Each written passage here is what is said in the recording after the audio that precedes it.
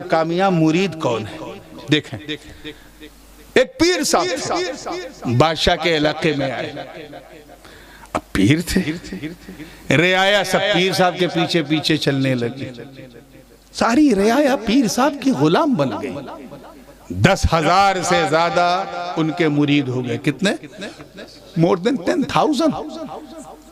अब बादशाह अंदर अंदर से जलने लगा, यार ये क्या, खाते मेरी हैं, गाते उस बूढ़े की, रियाया मेरी है, प्रजा उसकी बने हैं। अंदर अंदर से जलने लगा, वो होने लगा। इनक़िबाज़ हुआ तो उसने अपने मुशीरों से कहा, यार कुछ करो, ये बुढ़ा यहाँ से जाए। बिला वजह मारा एकदम। हमारे मुरीदों को उसने, हमारी रियाया को उसने खरीद लिया है। कहा उसकी नज़र में कुछ ऐसा असर है बाबा, बादशाह सलामत, ऐसा असर है कि जो उसे देखता है उसी का हो जाता है। कहा यार कुछ करो ना, तो इसको ख़त्म करोगे, ख़त्म करेंगे तो सारी रियाया आपको ख़त्म कर देगी। सब उसके मुरीद हैं, और मुरीद अपने पीर के मामले में समझौता नहीं करते, ख़त्म कर देते हैं। लेकिन क्या करे, तो एक मुशीर वहाँ बैठा था, वो आया, उसने कहा एक idea, I have an idea, बहुत ज़बरदस्त आइडिया, फिनोमिनल आइडिया। क्या? कहना आप पीर साहब को बुलाइए, और जब आ जाए तो उनसे एक सवाल कीजिएगा। कहना क्या सवाल? कहना आप पूछिएगा कि पीर साहब आपके 10,000 मुरीद हैं, और आपका दावा ये है कि सारे मुरीद आपकी चादर के नीचे आएंगे। मैदान क़यामत में जब सूरज सवा नेज़े पे होगा तो सारे मुरीद चादर के नीचे आएंगे, ये आपका दावा है? कहना वो कहेंगे हाँ। तो आप कहिएगा कि आपकी चादर तो 2x4 की है, मुरीद 10,000 कैसे आएंगे, बाकी कहाँ जाएंगे? जाहिर है कि उसका जवाब वो दे नहीं पाएंगे। और आप ये कहिएगा कि अगर जवाब दे दिया तो मैं तेरा मुरीद हो जाऊंगा, और नहीं दिया तो मेरी हुदूद सल्तनत से दूर तुझे जाना पड़ेगा, यहाँ से भागना पड़ेगा। Very good idea. पीर साहब को बुलाया गया। बादशाह ने सेम क्वेश्चन किया कि पीर साहब आपके 10,000 मुरीद हैं, चादर आपकी 2x4 की है, जाहिर है कि इसमें 4 मुरीद से ज्यादा तो आएंगे नहीं, 5 मुरीद 6 मुरीद। तो आपने तो कहा कि कयामत के दिन मेरी चादर के नीचे मेरे मुरीद रहेंगे, तो कैसे रहेंगे समझाओ। और याद रखना, अगर समझा दिया तो मैं तेरा खुद मुरीद हो जाऊंगा, और नहीं समझा पाए तो मेरी हुदूद को छोड़ के आपको तड़ी पार होना पड़ेगा, बाहर जाना पड़ेगा, जिला वतन होना पड़ेगा। कहीं ठीक है, लेकिन बादशाह सलामत बड़ा कठिन सवाल किया है, इतनी जल्दी जवाब नहीं दे पाऊंगा, मुझे 2-3 दिन का मौका दो। कहीं ठीक है, दिया। पीर साहब चले गए। इत्तेफाक ऐसा कि दूसरे दिन बादशाह के घर चोरी हो गई, और चोर पकड़ा भी गया रंगे हाथ।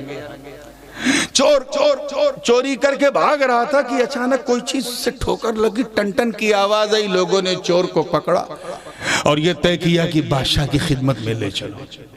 बादशाह सलामत के पास जैसे ही चोर पहुंचा, बादशाह ने कहा, अरे पहले चोर के रुख से पर्दा तो उठाओ, देखें किसने इतनी हिम्मत की मेरे सराय में आके चोरी की। जब पर्दा हटाया गया तो देखा वही पीर साहब। पीर साहब, बादशाह चौंक गया, मैं तुझे क्या समझता था, तू क्या निकला, यू चीट, इतने बड़े धोखेबाज। पीर साहब शर्मिंदा, रंगे हाथ पकड़े गए, न मुंह में जबान है, न आंख में नजर है, कुछ नहीं, चुपचाप। कहीं नवाब को सजा मिलेगी, कहीं बादशाह मुझे माफ कर दो, कहीं माफी नहीं मिलेगी, मेरे बुढ़ापे पे तरस खाओ, नहीं। कहीं मैंने ये सोचा था कि जवाब तो मुझसे बनेगा नहीं, सवाल ही ऐसा था, बहुत सोचा, जवाब नहीं बना, तो मैंने सोचा कि भागना है तो लो कुछ सामान बटोर के भागे। इसी इरादे से आपके महल घुसा था, कभी चोरी की नहीं थी, इसलिए टैक्टिस नहीं मालूम, पकड़ा गया, माफ करो। नहीं माफ किया जाएगा, आपको महल के सराय के सामने फसील पे खड़ा करके आप पर कोड़े मारे जाएंगे। तब जाके पीर साहब का ईमान थोड़ा सा जागा। उन्होंने कहा, देखो अब मेरी आंख खुल गई, मैं चाहता हूं कि तुम मुझे मारो, लेकिन अपनी फसील पे नहीं बल्कि चौराहे पे मारना, मेरे सारे मुरीदों को इकट्ठा करके मारना, डिग्गी पिटवा के मारना, ताकि आइंदा जब कभी कोई दाढ़ी रख के साफा बांध के कोई बूढ़ा आवे तो झटके में लोग मुरीद ना हो जाएं। किसी की ज़ाहिरी नमाज और तकवा देखकर मुरीद ना हो जाए, उन्हें भी एक इबरत मिल जाए कि लोग कैसा फ्रॉड करते हैं। बादशाह को आइडिया पसंद आया, कहीं ठीक कहते हो, पूरे शहर में डुग्गी पिटवा दी, इतने टाइम पे सब लोग आ जाना, पीर साहब ने चोरी की है, उनको सजा भी दी जाएगी, कोड़े मारे जाएंगे। चारों तरफ से बांस बल्ली लगा दी गई, बीच में पीर साहब का हाथ बांध दिया गया। एक जल्लाद जो है हाथ में कोड़ा लिए है, बादशाह सामने है। इससे पहले कि कोड़ा पड़ता, मुरीदों की नफरतें देखने वाली थी। कोई टमाटर फेंक रहा था, कोई सड़ा आलू फेंक रहा था, कोई अंडे फेंक रहा था, कोई चप्पल से मार रहा था, कोई ढेला पत्थर फेंक रहा था, कोई ये कह रहा था कि मैंने इतने नजराने तुझे दिए, इतना बड़ा धोखा दिया, तू इतना बड़ा चीट निकला, इतना बड़ा धोखेबाज निकला। सब चीख रहे थे, चिल्ला रहे थे। इसी बीच बादशाह ने हुक्म दिया, कोड़े मारे जाएं।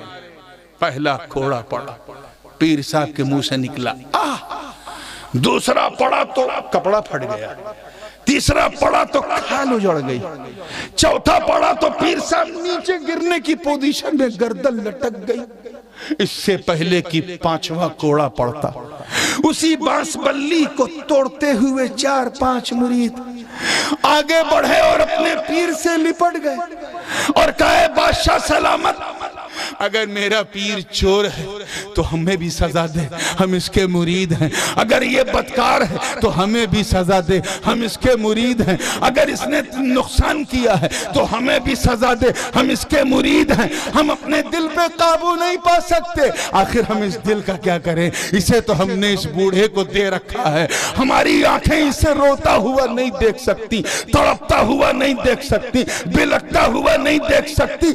या तो तू इसे छोड़ दे, और अगर मारना है तो ये बाकी के हिस्से हमारी पीठों पे मार, हमारे पीर को ना मार।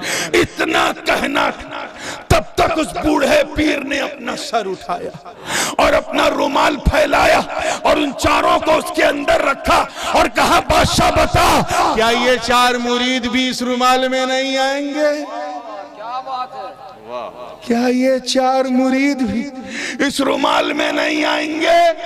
जरा सोचो कितने सख्त इम्तिहान से पीर गुजरा बादशाह का जवाब देने के लिए। मुझे बताओ, अब तो फैसला करो कि जलसे में हाथ पे हाथ रख के, चादर पकड़ के, मुरीद तो हजारों होते हैं, मगर जो अपने पीर की मुराद होता है वो 4 ही 5 होते हैं। बस वो 4-5 में मैं रहूं, इसी तगो-दो में मुरीद भागता है, दौड़ता है। सहाबा की मुकद्दस जमात पर मेरे माँ बाप कुर्बान, अहले बैत सुबह क़यामत तक अजीम, मगर वो 4 सहाबा और वो 4 अहले बैते नबूवत को इस नील गगन ने नहीं देखा। न अबू बकर की सदाकत, न उमर की अदालत, न उस्मान की सखावत, न अली की करामत, न फातिमा की तहारत, न हसन की इमामत, न हुसैन की शहादत, न दर वालों में ऐसे 4, न घर वालों में ऐसे 4। तो सहाबा तो सब थे, मगर 4 ऐसे थे जिन पे मुस्तफा को नाज था। अहले बैत तो कयामत तक हैं, मगर 4 ऐसे हैं जिन पे मुस्तफा को नाज था। ऐसे ही मुरीद तो सब होंगे, लेकिन 4 ऐसे होंगे जिन पे पीर को नाज होगा। तो अब कामयाब वो है जो अपना नाम उन 4 में से एक में करवा ले। इसी तगोदो में लोग अपने पीर की खिदमत करते हैं। यहाँ अकल नहीं लगती कि ये अच्छा नहीं हुआ, वो गलत हुआ। यहाँ सिर्फ ये देखा जाता है मेरे पीर ने क्या कहा। That's all. We have no time to listen. हमारी अक्ल पे तो मेरे पीर ने पहरा लगा रखा है। अब तो जो दिल कहेगा वही मानेंगे, और दिल मेरे दिलदार के साथ है, मेरे यार के साथ है, और वही दिल कामयाब है जो अपने मुख्तार के साथ हो, अपने यार के साथ हो।